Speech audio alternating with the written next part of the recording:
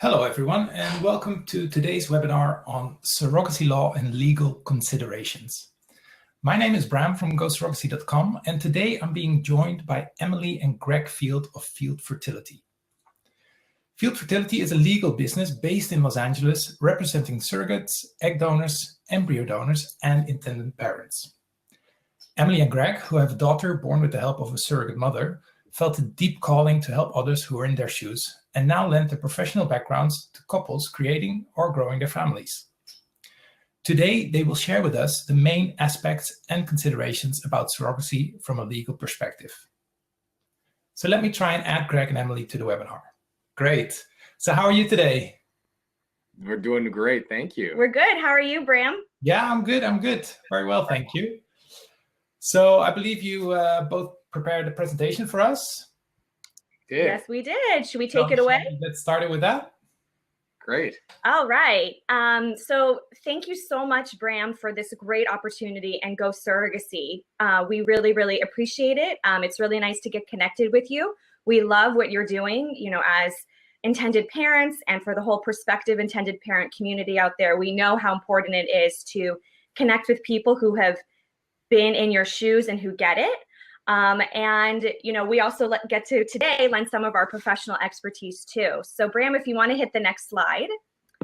So Greg, in a moment, Greg is our attorney with Field Fertility, and I run the business side of everything. So in a moment, I'm going to turn it over to Greg, who's going to go through some of the main legal aspects of surrogacy from the intended parent's point of view that we feel are important that you have an understanding of. You don't have to have an in-depth knowledge of any of it. That's what you'll rely on your attorney for throughout your surrogacy journey. But we just want to shed some light on some of the key aspects. But before we get into it, as Bram mentioned and as I just mentioned, we've been in your shoes. Here are just some photos of us. After a 3-year journey, we finally got our miracle daughter, Ava. And, for a long, long time, we weren't sure what was going to happen. Everything went wrong. And finally, our fertility doctor mentioned surrogacy. And, maybe like a lot of you listening today are like, what is this? How am I possibly going to trust somebody with my baby, who I've worked so hard to get? So, it was a really, really hard journey, but we got our miracle. So we are, on the other end of it, and we wish that for you too. So for all of you watching today and joining the webinar, we wish you all the best in your journey to your baby. So with that, I'm going to hand it over to Greg, who's going to go through a few of the key aspects of surrogacy from a legal perspective. And then at the end, we're going to do some Q&A, and I'll jump on for that at the end. So here you go, Greg. All right. Well, thank you. Thanks again, Bram and Go Surrogacy. And first, let me just start out by saying a little legal caveat that this webinar is not legal advice. It's just an overview. And of course, your particular circumstances will dictate the laws that pertain to you. So you'll see in this slide here, we're going to be covering a little bit about and pointing out that surrogacy laws differ by state and country. We're going to talk about the surrogacy agreement and a few different components to that, especially termination and reduction, the number of embryos that will be transferred, and also what types of compensation and other benefits go into a contract. And then we're going to talk about the pre-birth order, and then in some states or countries, there might not be a pre-birth order. There might be step-parent adoption, so some other processes that we'll go through. So we can go to the next slide, and we'll start with, just before we even get into a contract, we have to know what laws we're dealing with. I can't go through every law for every state and every country. You can go to the next slide. But it is critical to know where your surrogacy is taking place. I'm in California. California is, as far as all the states are concerned, the most liberal and the best option. And you can go to the next slide. And you can see in this map from All Things Surrogacy, this is a map that shows the best states. It says the hot pink ones are the prime states where surrogacy is fully permitted. There's good states, but there's limitations. Those limitations include things like, are you married or not? What is your sexual orientation? Because some states limit surrogacy depending upon your sexual orientation. And then you see these teal bluish ones that are caution. And then there are some states where it's illegal. For example, in there it says New York, and that might be surprising to a lot of people that we talk to. So it's important to know what state laws apply to your situation, and that often depends upon where your surrogate's located. If you go to the next slide, it's not just a matter of what states are concerned. This is a map that shows a little bit about different countries' laws. And so you could see there, the green has commercial surrogacy, the blue is altruistic surrogacy, and then the red is banned. So depending upon the country that you're in, the different laws will apply. Often what we'll do is we'll work with an attorney in your home country, whether it be London or Germany or China or Australia, to make sure that your baby gets back safely. You could see the next slide, just an example of if you had the surrogacy done here in the United States, it's important to be able to get your child back to your home country. So let's go to the next slide, and we're going to talk about some of the main aspects of the surrogacy agreement. And one more slide. So the whole point of the surrogacy agreement is to express the intent of the parties. The intent of the parties is saying this. Intended parents are concerned, even though there's no statistics to back this up. Intended parents are concerned, well, they might walk away with our baby. It's an understandable concern that we had and we asked at the front end, but it's not a concern. The surrogacy agreement is expressing the intent that embryos created by the intended parents will be implanted into the surrogate, carried to full term to the best of her ability, and that at the end of the day, the resulting children will not be the surrogate's responsibility, but she will also have no right to the resulting children, and that the intended parents will have the full responsibility and the full rights to those children. We'll also, in the contract, there's indication about health insurance. Health insurance is important. Sometimes you have a surrogate that already has health insurance that has surrogacy approved. Other times a surrogate needs to apply for insurance and the intended parents will pay for that premium. Other times there'll be no insurance in place and there's specific surrogacy policies that cost more, or you could end up with some out-of-pocket costs. So it's important to know what health insurance your surrogate will be using. We can go to the next slide and talk about a very important part of this contract, which is termination and reduction. Okay, so there's a piece in the contract talking about termination and reduction. Termination and reduction is on the issue of abortion and how many fetuses a surrogate is going to carry. It doesn't matter really where anybody falls on this scale, as long as you fall on the same page, whether you're more conservative, whether you're more liberal.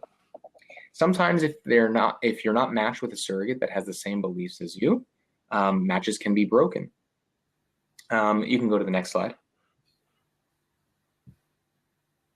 It's important that before the match that both parties have psychological screening and counseling, and that way you understand that while it's the surrogate's body, the surrogate has the same intent as you do. That ultimately she will, if you decide that you are interested in an abortion or termination, that she will agree to that because ultimately it is your baby, but it's her body. You can see that at the bottom there's some very liberal language that ends up in contracts. Sometimes it says for any reason, that somebody will terminate for any reason as requested by the intended parents, or it might say for any medical reason. Conservative language would say they're not willing to abort at all unless the gestational carrier's life is at issue. The gestational carrier is the surrogate. The next slide shows some sample language. And you can see in the contract, I bolded the section that is, go one back. I bolded the section that shows that it says in the event, there we go, in the event the child is genetically, physically, or chromosomally abnormal, the decision to abort or not abort is to be made by the intended parents. and the surrogate hereby agrees to abort or not abort in accordance with that decision. So that's pretty common language, and ultimately there will be, you hope that the surrogate has gone through this beforehand and you've been matched with somebody that looks at this and says, I understand what this means and I agree with the intended parent's decision. The next slide shows some sample language with regard to reduction. Reduction is a situation where you might implant an embryo, or you might implant 2 embryos, and the embryos might split. It's a very rare circumstance, but it happens. And in that situation, if you have 3 or more fetuses, it says the parties agree to selective termination for the purpose of reducing the number of fetuses to 2 or fewer. And that depends upon the medical need or medical concerns.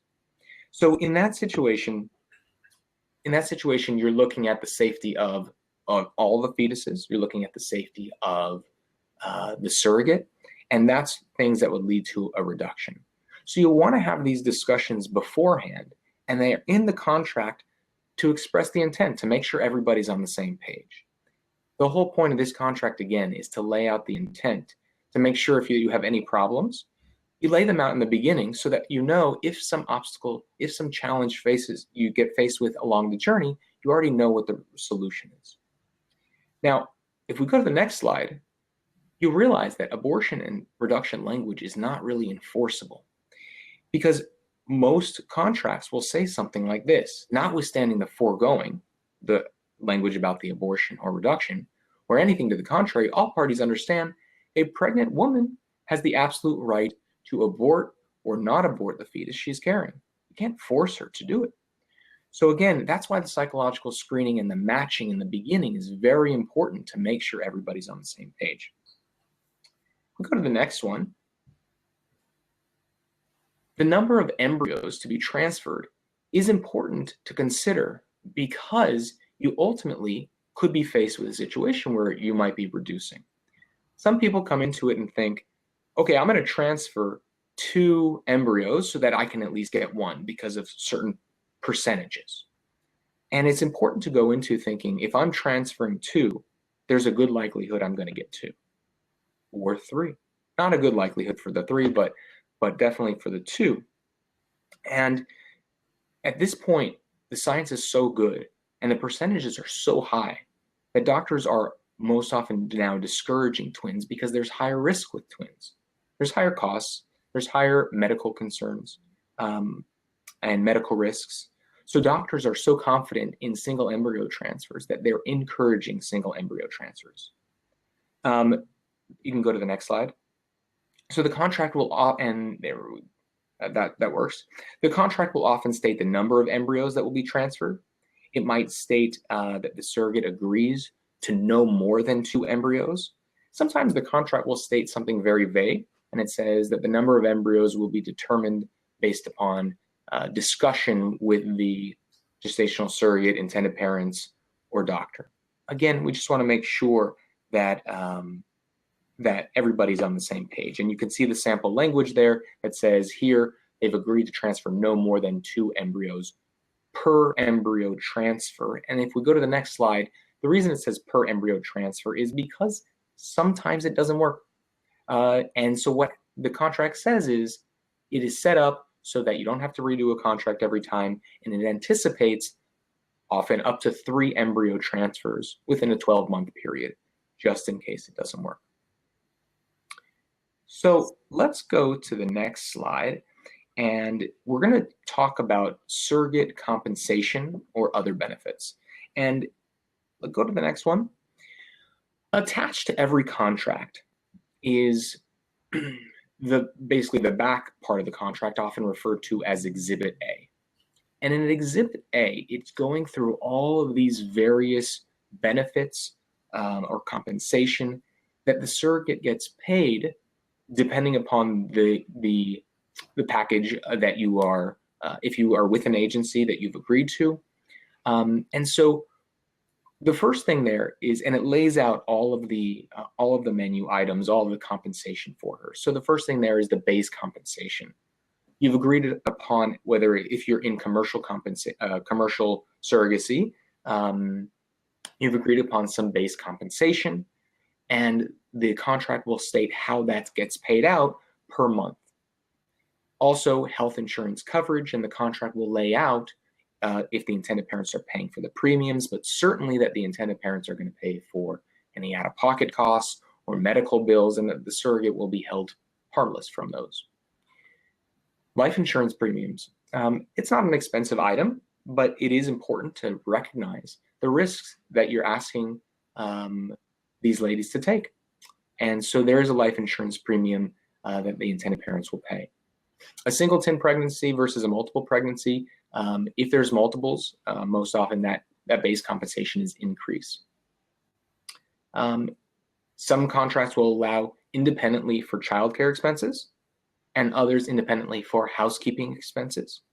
And those make sense. If you're an intended parent and your surrogate's pregnant, you likely don't want your surrogate exerting extra effort so later in the pregnancy. So it's a nice thing to have that as an option for the surrogate to have housekeeping or childcare expenses.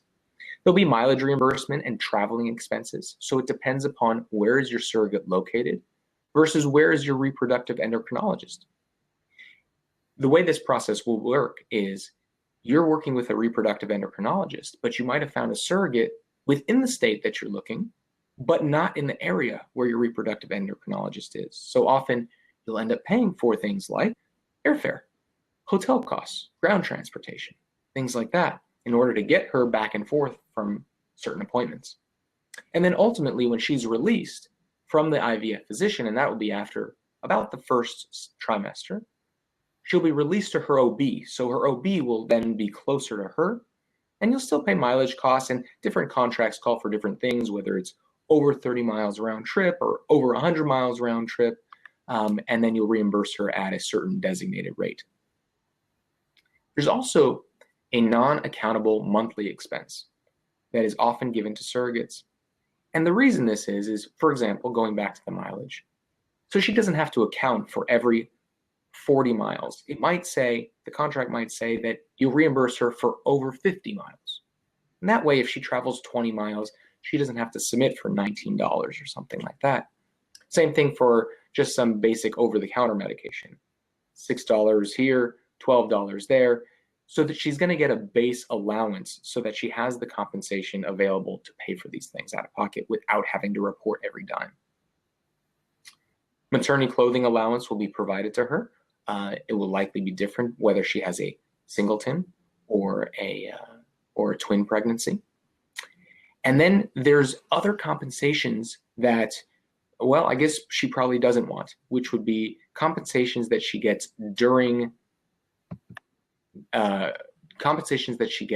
depending upon invasive procedures. So an invasive procedure is things like an amnio, a DNC, a C-section, and there are different compensations for each of those items when she has to go through them. If she were to lose an ovary or tube, she would get compensation. And the contract dictates all of these things. And part of the reason you go through all these things is to have a good understanding of what the liabilities are for the intended parents.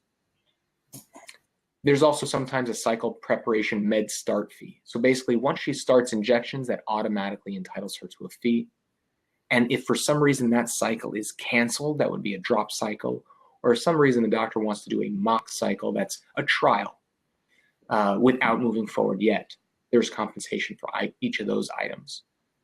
If she were put on, I'm going to skip to the bottom there, if she were put on bed rest, she would then be entitled to lost wages if she was working. She might be entitled on bed rest to additional childcare or housekeeping expenses, understanding that if the doctor told her not to move, there are things that need to be taken care of around the house with her children. And the reason I say with children, and I'm just making an assumption, but let me explain, is that it is important that the surrogate, it's required that a surrogate have at least already had one child. And then if intended parents request and if the surrogate agrees, she'll receive a breast milk pumping fee. So sometimes surrogates will agree to pump for the intended parents, and the logistics of that you need to work out depending upon how close you are, whether you're asking her to ship Or if you're from out of the country, you might be staying within, let's say, within California. You might be staying here for a month or so after the birth, where you'll be able to obtain the amazing benefits of breast milk. So, so you see there that the fees detailed in surrogacy contract are, the base compensation are only the fees that she gets as the base, and then on top of that, there's each of these items. Putting that aside, you're still paying fees for your doctors. You're still paying fees for your lawyers. You're still paying fees for the psychiatrists, psychologists, things like that. So these are all things to consider when moving forward with surrogacy. And we can go to the next slide. So after the contract, right, there's the contract. We're talking about intent of the parties. We're talking about health insurance. We're talking about termination and reduction. We're talking about all of the base compensation and all of the additional funds that would go to her reaching certain mile markers in the journey. Then is, how do you confirm that it's your child? And in California, for example, there is a pre-birth order. A pre-birth order is something where midway through the pregnancy, all the parties, the intended parents and the surrogate, are sent court documents.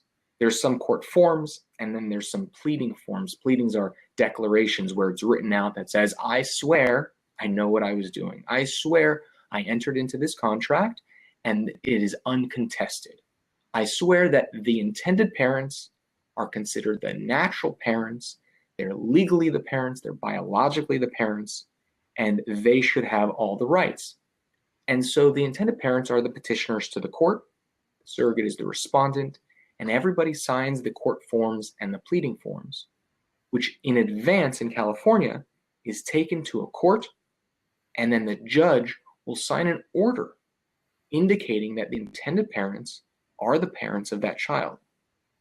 These, the court forms will indicate to the hospital that it is okay to give the baby from this person who has birthed the baby to the intended parents. And in the court documents, it also lays out what to put on the birth certificate. So we get this order in advance, hopefully, and that goes to the hospital, a copy to you, the intended parents, a copy to the surrogate, and of course the agency and the attorneys. So some states don't do this.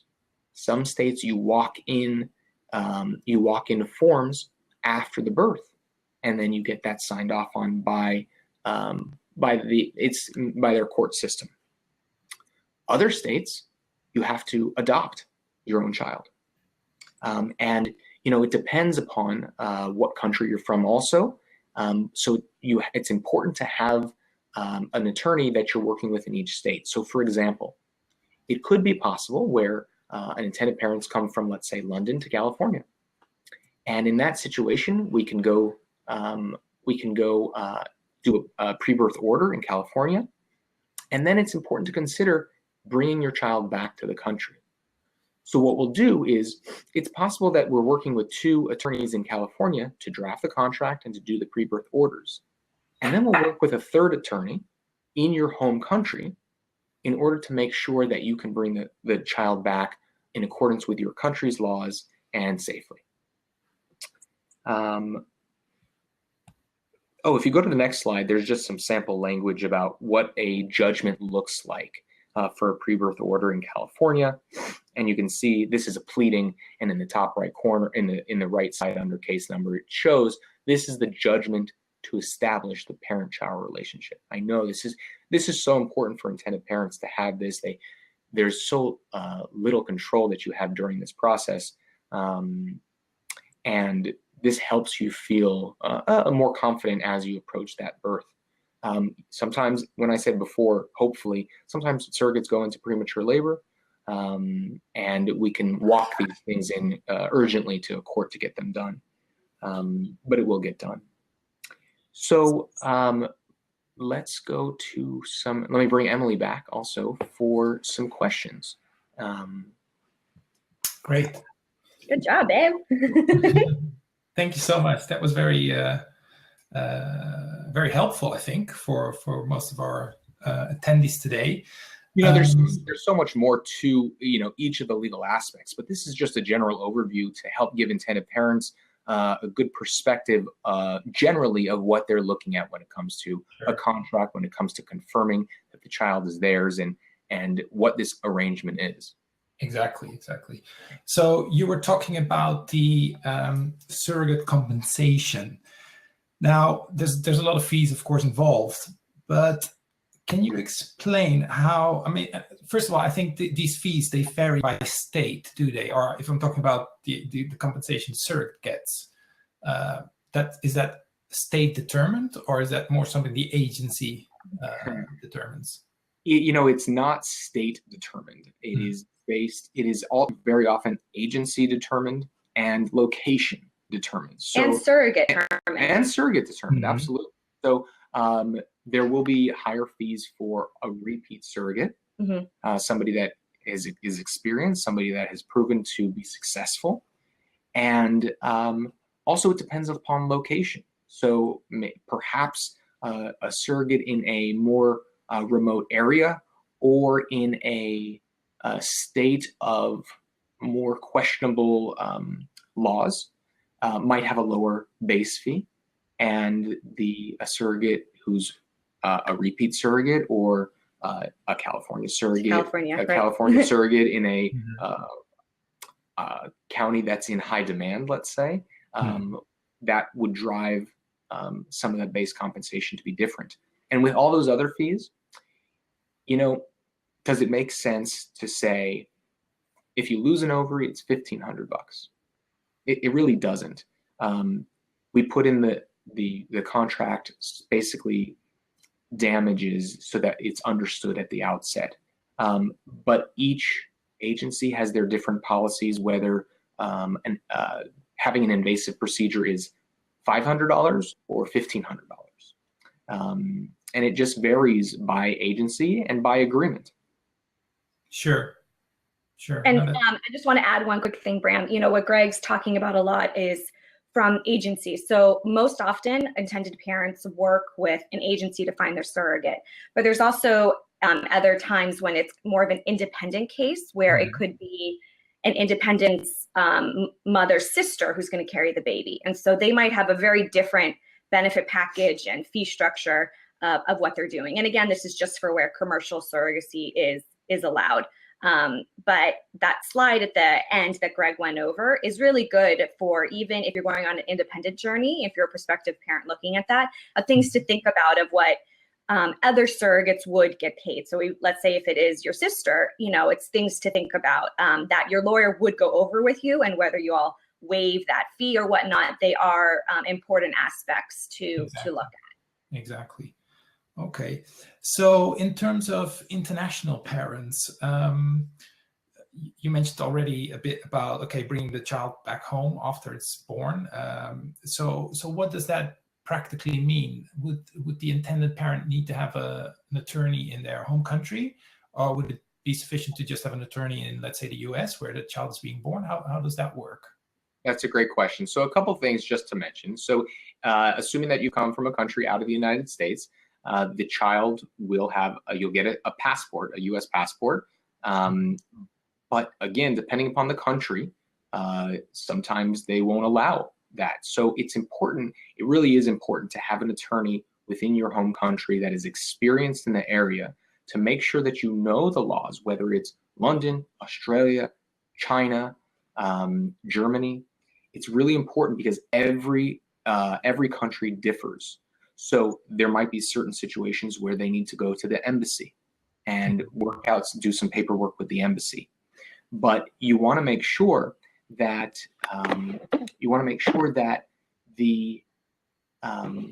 there is somebody in your home country who is familiar with the process of bringing you and your child back.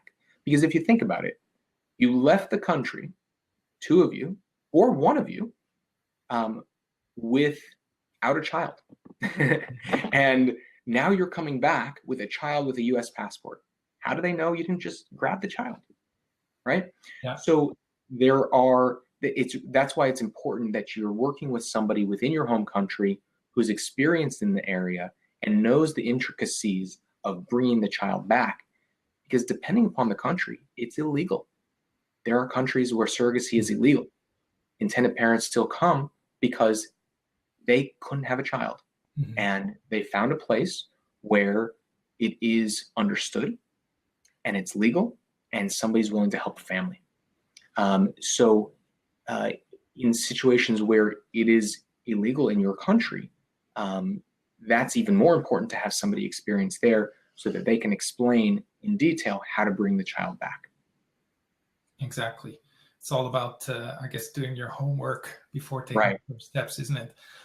Absolutely. And so by the way, on that note, we'll often, you might not, the intended parents might not automatically have an attorney that they know within their home country, but we have such a great network of ART attorneys. ART is assistive reproductive technology, where we can match you with an attorney in your home country.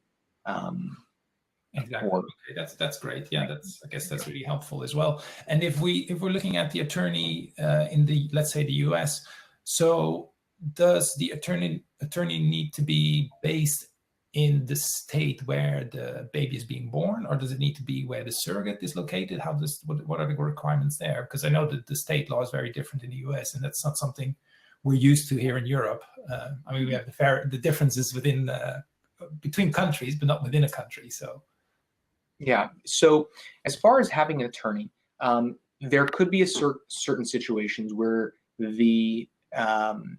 where you're using an attorney in California, and perhaps you're using two attorneys in California, but the surrogate is delivering in Nevada, Texas, Oregon, for example. Okay. Sure. And in that situation, the attorneys can do the contract. The original two attorneys can do the contract here. But you do want to make sure that an Oregon attorney has reviewed it, because the family code in California might be different than in Oregon. And so we make sure to put in provisions for Oregon, because where the surrogate delivers will dictate where those, if it's a pre-birth order, or whether you just are walking into state records, or whether you have to do an adoption. Where the surrogate delivers is where that is controlled by. So in some circumstances, you could work with two attorneys, let's say in California, and have a third attorney finishing in the pre-birth order or whatever those documents are to establish parental rights in the state where the surrogate delivers. Right. Other times, you can just use one attorney. Let's say if you're the intended parent and you're using a California attorney, you might have the surrogate's attorney in that state also. It happens both ways. Right. So what Greg's saying is that, you know, the intended parents always have their own attorney, and the surrogate always has her own attorney, two separate ones. But sometimes a surrogate could have two attorneys, the one who reviews the contract with her and the one who does the birth order or whatever it might be with her. Or it could just be one. It just depends on where she lives and where she's delivering. We've seen different situations. Sure. Right. Yeah. And by the way, I'll just on that note, with the two attorneys or three attorneys, the intended parents are paying for all those attorneys, right? So the intended parents will pay for their own attorney and the surrogate's attorney. And if there's a third attorney to finish up the paperwork in the home state, they would pay for those costs also. There's, of course, a conflict of interest when the intended parent is paying for somebody else's attorney. The surrogate will waive that conflict because she'll understand that her attorney has no obligation to the intended parents, even though they're paying. And they're not paying directly, by the way. You know, if I could just take a moment, it's important. I didn't mention in the slide, but where does the money go and how does it go there? I'm going to ask myself a question. Yeah. Go ahead. So in that situation, it's mandated that the money is basically put into an escrow account. Mm-hmm. It's put into an escrow account, and then escrow account is in charge of issuing those checks. So sometimes the escrow will be held by the intended parent's attorney, understanding that in that role, with that hat that they're wearing, they're a fiduciary. That means they're a neutral party with regard to being in custody of that money. Or it will be held by an independent third-party escrow company, and the agency will be distributing pay sheets to the escrow company so that those checks are sent out to the surrogate timely.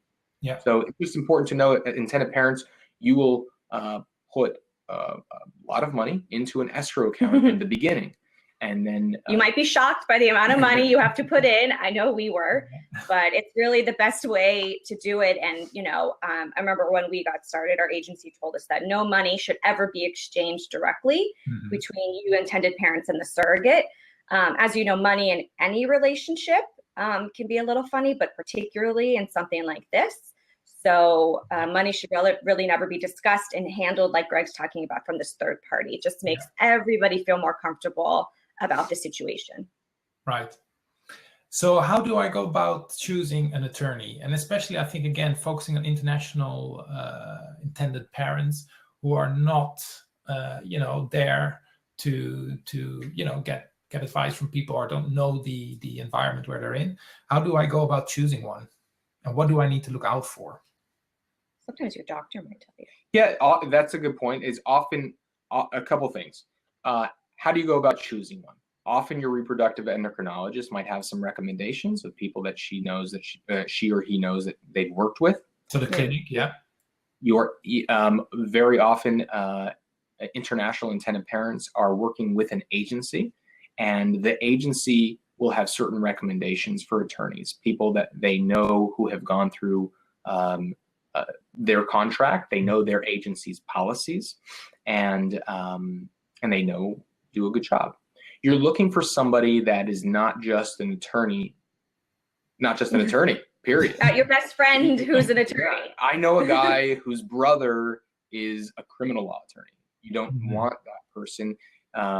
You're looking for somebody that has experience in the field. And is specialized in. It is specialized in assistive reproductive technology. Somebody that writes contracts, somebody that reviews the contracts, somebody that knows the laws and can put you in touch with somebody in your home country as well, so that you are protected. But very often there'll be recommendations through the agencies, and they'll give you a few different names so that you can look them up. You can meet with them, talk to them, interview the attorneys, and go with somebody that you feel comfortable with, who's going to explain the contract to you, go through everything, and know that they're a part of your team.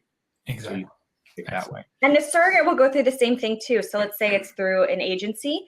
The agency will give a surrogate, some names of an attorney, and if she's married or her partner, they'll look through that list, and they get to then also choose the attorney that they want to represent them.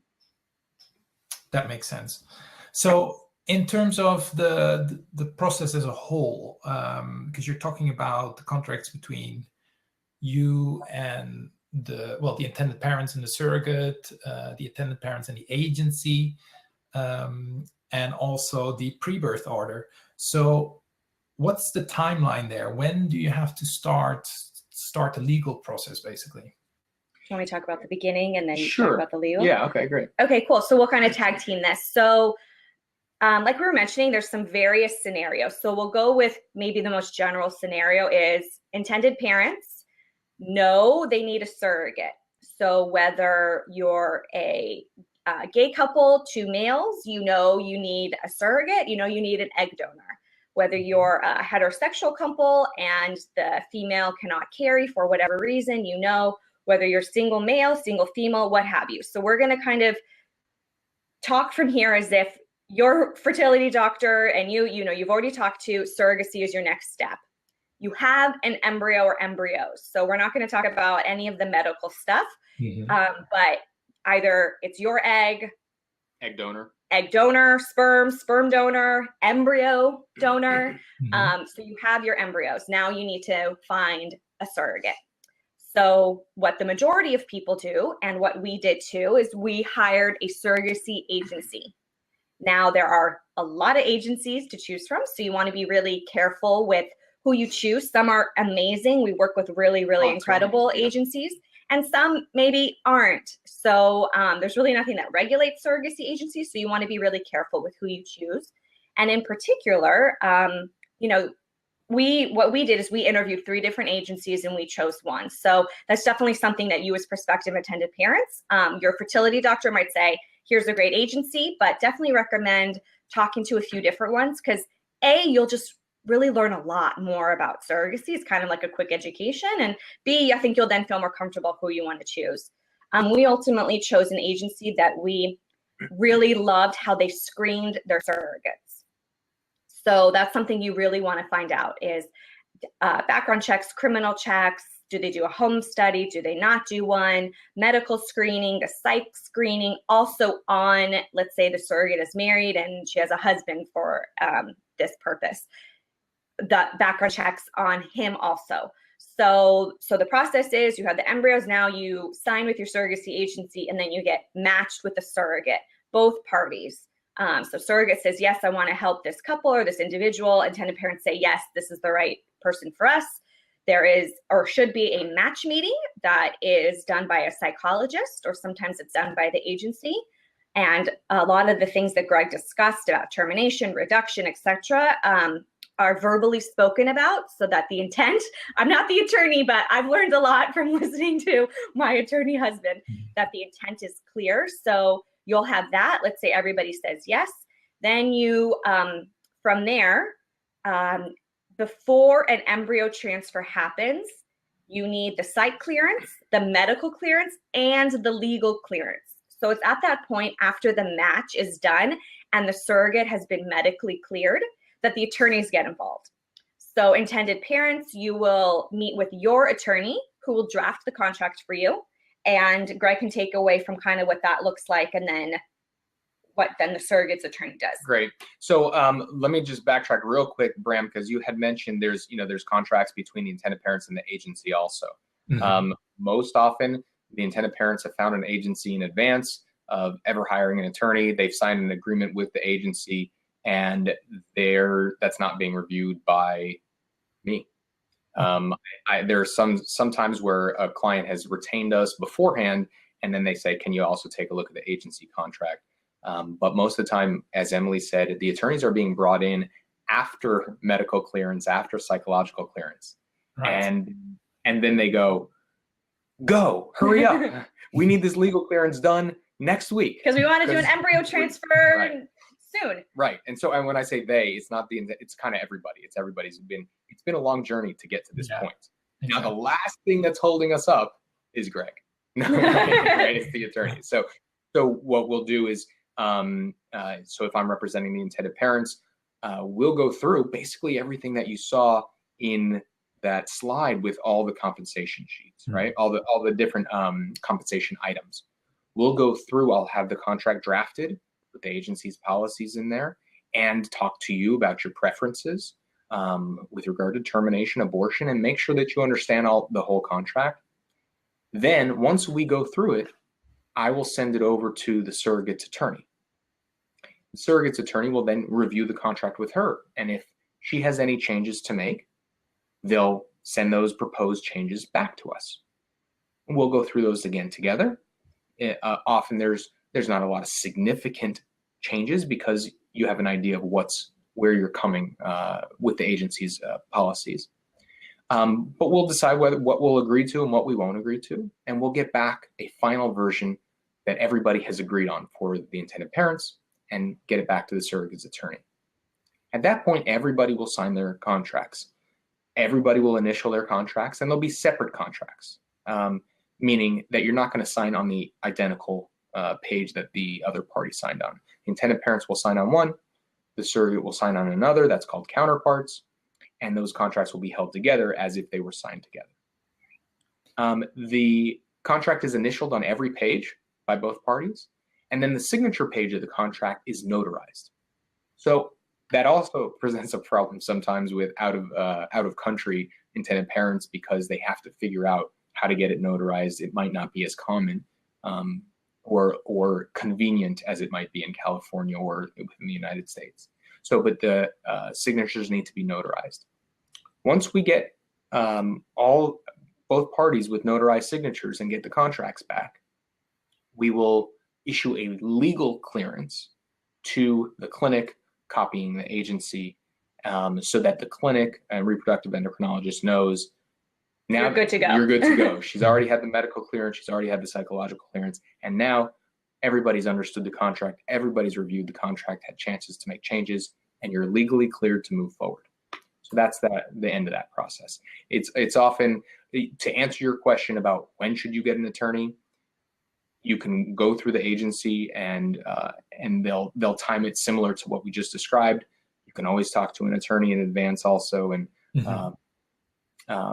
have some of those discussions and see who you're comfortable with ahead of time too. So, and on average, how long would it take from reviewing the contracts and then issuing legal clearance? Is there, I mean, I guess it varies greatly, but is there a bit of an estimate? It varies. So I help to manage a lot of that side of the business, so I get to see this. So I know for us personally, it took about a month. Us as intended parents. Us as intended parents when we went through the process. Now we found out that the surrogate's attorney was out of town for a week and whatnot. It didn't take a month because we had a lot of revisions on either side, that there was any disagreement. It just happened to be the schedule of the attorneys involved. So that's actually something why a lot of intended parents and agencies like to work with us at Field Fertility, because we do really, really quick turnarounds. So when we get a contract, we schedule the consult, we do it. That's not always the case with our colleagues. Sometimes people have different plans or different caseloads or trials or whatever, or what have you. So, you know, it depends on how fast you, the intended parents, review the contract and schedule your consult with your attorney, how long it takes you to go through that. And then from there, when it gets over to the surrogate's attorney, you know, it just depends on, again, how long it takes for the attorney to schedule the consults with the surrogate, make the changes and go back and forth. But sometimes, you know, Greg often, a lot of times, will also represent surrogates. So you intended parents who have a different attorney, and Greg could very well be representing your surrogate in a lot of different scenarios. Okay. So we get emails of, this is a rush, you know, the embryo transfer is scheduled already. And it's like, whoa, how is it scheduled? You don't even have the legal clearance yet. So that happens a lot, actually. And like Med Start, they'll say medication, Med Start would be injections. For the surrogate. It's today's, you know, today's Thursday, and Med Start is in a week. Go. Wow. Right. So that definitely happens a lot. So, you know, we try to move through it, you know, really fast. When it comes really fast, but still covering everything. But still really efficient, really thorough. Whether it's the intended parents or the surrogate, we've had the time to go through everything and make sure that everybody understands. Yeah, I say fast in terms of scheduling the consultation. But, you know, a lot of it depends on first your part, you as intended parents. So, you know, you're busy and the contract is really big. It's a really, really thick contract. So it depends on how long it takes for you to go through it, you to meet with your attorney, feel good about your version before it gets sent to the surrogate. So Bram, I know it's not a definitive answer. There's a lot of variables. There's a lot of variables. It's the intended parent scheduling, their time to read it. The attorney scheduling, surrogate schedule, and then how quickly everyone is willing to act, I suppose. Exactly. So I think, I mean, you know, when as intended parents, Emily said it was a month for us. That could be that could be a fair estimate. Okay. That could be a fair estimate, although it could be. I just turned around a contract with another attorney in two days, something like that. Right. So it could be that, or sometimes we've seen them, you know, go 2 months just because maybe some other stuff's happening, or intended parents are traveling, or what have you. So it depends. Yeah. All right. So, well, we're almost running out of time, but just one final question in terms of the budget. So what should I budget in for legal fees, roughly? I mean, it's always we all know it's a very costly process, surrogacy. So it's always good to get a bit of an idea about what we need to budget in for. Absolutely. So, so Greg went over all the surrogates fees, the various different compensations. So then you also have your fertility doctor, you're paying for all the meds and the embryo transfer for your surrogate. If you have an agency, the psychologist, and then the attorneys. So it depends on you as the intended parents, your attorney. So different attorneys charge different amounts, actually. So there's a range from probably about $6,000 to $12,000.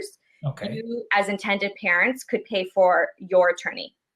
For the surrogate, on average, you will be paying about $1,500 for the surrogate's attorney to review and do all of that.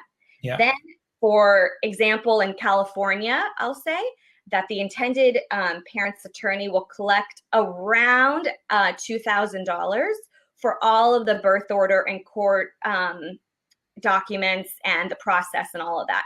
And whatever isn't used of that $2,000 will be returned to the intended parents. Then if you're international and you're, then you could also have fees for the attorney in your home country, visas, all of that. So that's about on average what you can expect. And again, the attorneys charge different amounts, but that's a good estimate. Do you think I covered it? Yeah, that's a good estimate. I think, like Emily said, for the intended parents purposes, it's $6,000 to $12,000, depending upon the attorney, the number of years, and I think and that includes, by the way, when Emily's giving that estimate, that includes the both parts. That includes the contract phase, which is one separate fee because it's not guaranteed that you'll get to that last phase, right? So there's the contract fee, and then there's the pre-birth order. Let's say for California, we really hope you get to the pre-birth order, but sometimes, unfortunately, embryo transfers don't work, or you really need an egg donor, and sometimes you're not ready for that. So sometimes you unfortunately don't get to the pre-birth order. So most often attorneys will charge it in chunks, the first chunk and the second chunk. Some don't. Again, it just depends. Exactly. Okay, I think that's been very helpful. So if any of our attendees have any further questions, can they contact you directly? I think I have a slide with your contact details. Absolutely. There you go. That's right. Absolutely. Yes, we're professionals in the field now, but we're also intended parents, former intended parents now. So we all the time talk to prospective intended parents, whether it's legally, I can talk to them, whether, I always talk to people just about the journey, how to get started, what are your first few steps, what are things to know about. So always, our emails are here, just greg@fieldfertility.com, emily@fieldfertility.com. You can also find us on Facebook and Instagram, Field Fertility. And of course, check out our website. We have some free downloads on there, a little bit more about us, but we are here and always available. We're happy to do, Skype call. Yeah, we do Skype calls, we do FaceTime. So we are definitely here, whether for a legal perspective or also just a personal perspective. And thank you, Bram, so much for the opportunity, and love what you guys are doing. And thank you for the opportunity today. Absolutely. Thank you, guys. Excellent. Well, thank you so much. A big thank you to both of you for your contribution today. And for anyone who attended the webinar today, if you have any further question or you want any more information on starting your surrogacy journey, we have a Facebook community where you can ask your questions, where you can also watch back all the previous webinars.